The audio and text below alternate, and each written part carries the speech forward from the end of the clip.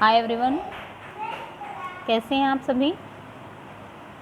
आशा करते हैं आप लोग स्वस्थ होंगे, खुश होंगे और घर पर रहकर भी अपनी पढ़ाई की तरफ सजगता से ध्यान दे रहे होंगे। तो आज हम पढ़ेंगे, क्या पढ़ेंगे? रक्त परिसंचरण तंत्र। क्या पढ़ेंगे? रक्त परिसंचरण तंत्र। रक्त परिसंचरण तंत्र को जानने से पहले इसकी खोज को जानना आवश्यक है। तो इसकी खोज किसने किया था? आप लोगों को दिख रहा होगा, विलियम हार्वे ने। किसने किया था? विलियम हार्वे ने किया था। कब किया था? तो 1628 ईस्वी में किया था। विलियम हार्वे ने खोज की थी और कब की थी? 1628 ईस्वी में। परिसंचरण तंत्र क्या है? तो भोजन के माध्यम से ग्रहण किए गए, किसके माध्यम से? भोजन के माध्यम से ग्रहण किए गए पोषक तत्वों एवं फेफड़ों से प्राप्त ऑक्सीजन को जो तंत्र कोशिकाओं तक पहुंचाता है उसे क्या कहते हैं? उसे कहते हैं परिसंचरण तंत्र। अब बारी आती है परिसंचरण तंत्र में भाग लेने वाले अंगों की। तो परिसंचरण तंत्र में भाग लेने वाले अंगों में मुख्य अंग हैं हृदय, कौन कौन सा? हृदय, धमनी और शिराएं। हृदय, धमनी और शिराएं। अब हम जानते हैं हृदय के बारे में। तो हृदय, जिसका आकार मुट्ठी के आकार जैसा होता है और ये हमारी वक्ष गुहा में बाईं ओर होता है। किधर होता है? लगभग बाईं ओर होता है। और इसकी जो लंबाई होती है वो 12 से 13 सेंटीमीटर तक होती है। चौड़ाई 9 सेंटीमीटर होती है। लंबाई 12 से 13 सेंटीमीटर और चौड़ाई 9 सेंटीमीटर। और इसका भार होता है 300 ग्राम।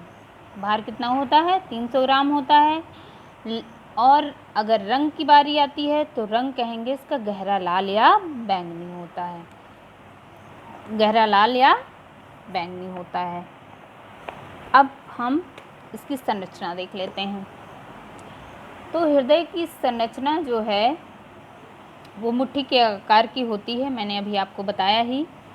और जो हृदय होता है ये एक प्रकार के आवरण से, हृदय आवरण से घिरा होता है,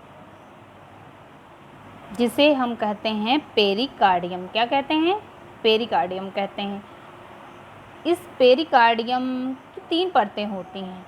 पहला होता है एपिकार्डियम। पहली परत का क्या नाम है? एपिकार्डियम। दूसरी का मायोकार्डियम, यानी कि दूसरी मध्य परत होती है तो वो मध्य परत को कहते हैं मायोकार्डियम। और जो तीसरी होती है सबसे निचली परत, उसको कहते हैं एंडोकार्डियम। और पेरिकार्डियम जो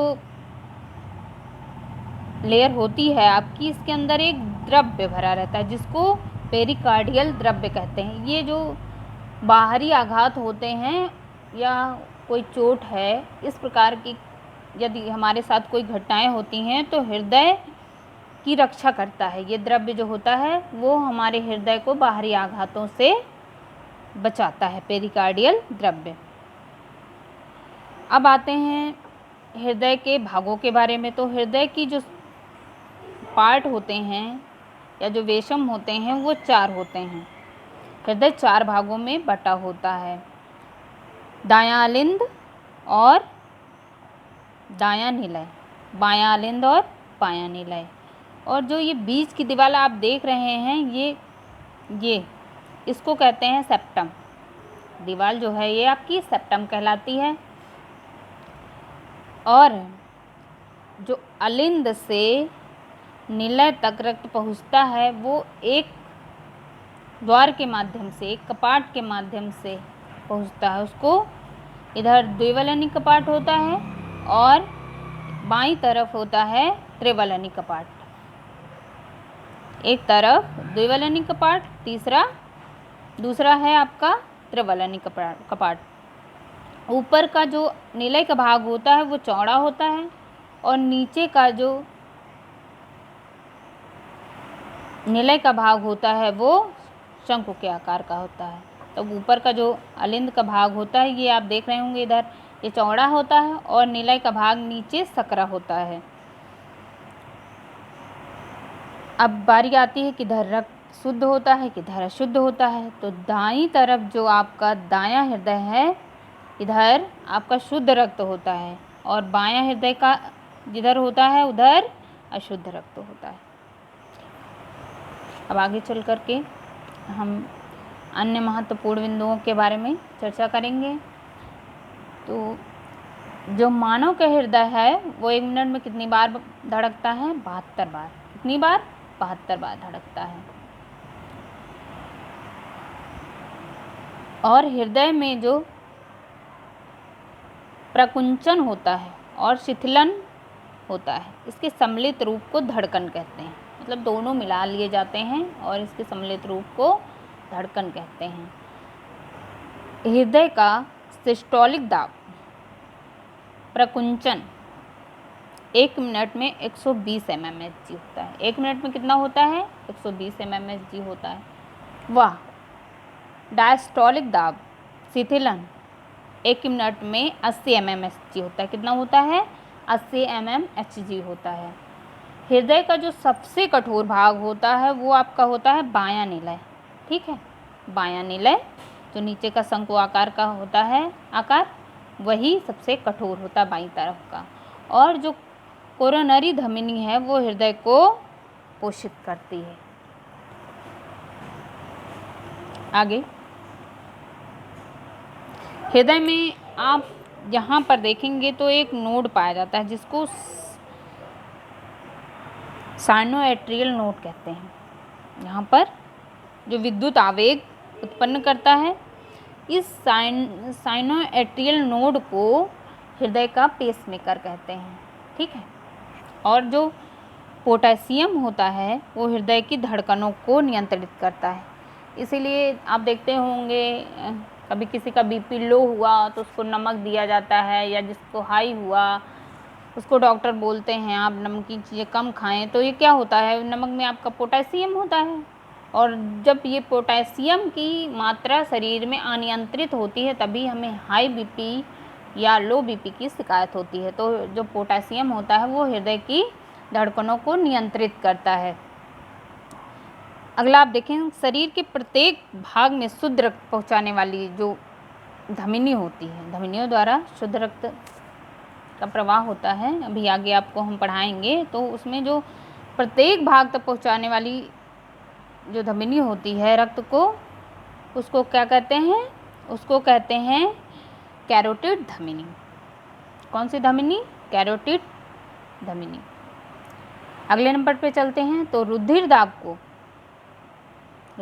को मापने वाला जो यंत्र होता है उसे कहते हैं स्फैग्मोमैनोमीटर।